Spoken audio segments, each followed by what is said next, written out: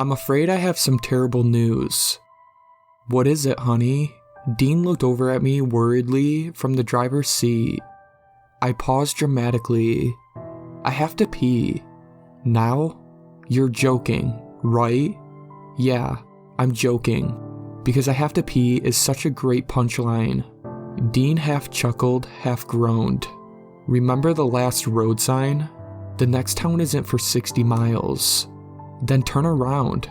I'm not going to turn around and drive 20 miles in the wrong direction. Look, I'll pull over here and you can go on the side of the road. Sorry to break it to you, Dean, but I can't pee standing up like you can. If I could, I don't think we'd be married. Dean laughed. You think that I'd stop loving you just because you had a penis? You really think that I'm that shallow? Here, he said, handing me an empty Gatorade bottle. I cocked an eyebrow. What is this for? I said, hoping he wasn't going to say what I thought he was. You know, to go in. I stared at him silently. What? He said, the ghost of a smirk creeping across his handsome features. Oh, nothing, I replied. I'm just wondering whether if I could concentrate hard enough, I could make your head explode. Dean laughed again, this time a little louder. Maybe you should try concentrating on finding a place to pee, and then one might appear magically on the side of the road. Maybe I will. I closed my eyes and held out my hands in mock meditation. O spirits of a grateful bladder, I began in a mystical sort of voice. We pray to you in these dark and troubled times, that you may show us the path to true righteousness, that you might provide us a place to relieve our souls of their wearisome burdens, and our bladders of their wearisome fullness. Dean laughed so hard that he swerved a little. When he was done wiping the tears from his eyes, he pointed to a spot on the horizon. Looks like your prayers been heard, honey, he said. Sure enough, I looked to where he was pointing and saw a building ahead. Dean took the exit, but as we got closer, I could see it looked like the kind of place where you put 3 layers of toilet paper on the seat before sitting down to pee. If somebody had magically enlarged a rundown wooden shack to the size of a small wooden warehouse, and then sprinkled it with cobwebs and garbage for good measure, then it would look like this place. There was a crooked wooden sign on the front that read, Oddments and Curiosities, in peeling white paint. Once we pulled into the lot and saw the garbage up close, we could make out that it was mostly rusted out appliances. But there by the front door sat a pile of dirty and dismembered doll heads. What the fuck? I mouthed to Dean, but he was already unbuckling his seatbelt excitedly.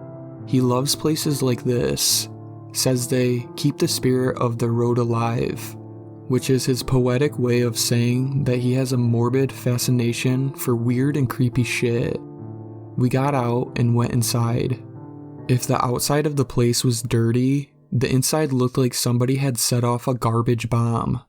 Most of the stuff was old, rusted, or broken, and the signs above each item were coated in black grime that made them impossible to read.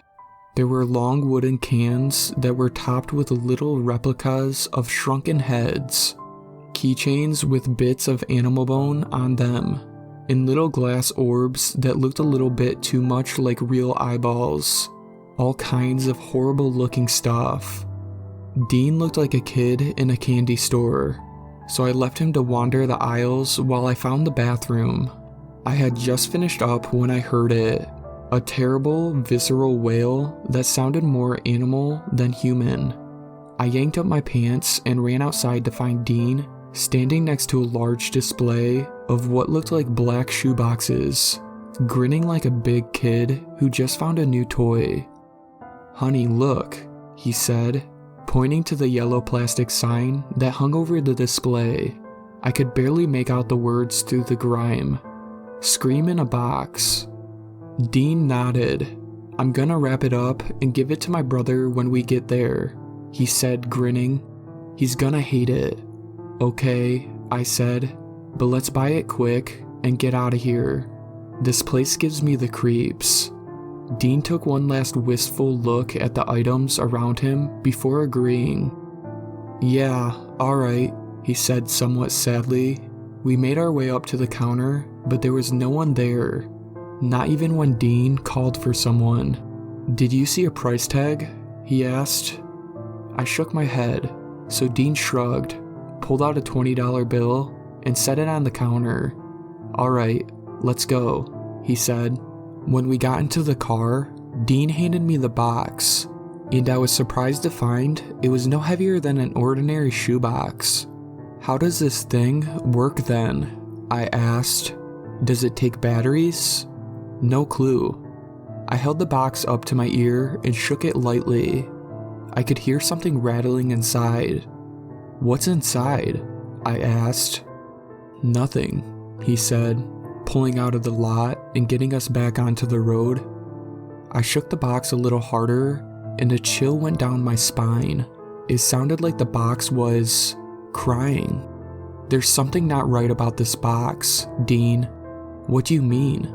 "Listen," I said, shaking it more vigorously this time and holding it up to his ear. It wasn't crying this time that greeted our ears, but a woman's voice. "Please, why are you doing this to me?" There was no answer. "What the fuck?" I heard Dean swear under his breath. I shook the box again, but there was nothing. I heard a deep voice in my ear. "I know you're listening," it said. "Would you like to join us?" I couldn't help what happened next. I threw the box on the ground and began stomping on it like it was a cockroach, and every time my foot made contact, it would scream. Louder and louder until it felt like little needles were stabbing into my eardrums. And then the blood began to pour, bursting out into spurts and soaking the floorboard. The tires screeched as Dean slammed on the brakes and the car came to a halt. He scooped up the box and hurled it out the open window and then slammed on the gas. I could hear the screams growing fainter and fainter behind us as we sped away. For the next 3 hours, neither one of us dared to break the silence.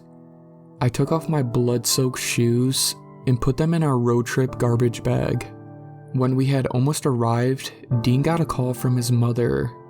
He pushed the hands-free call button on the steering wheel, and her voice came through the car speakers.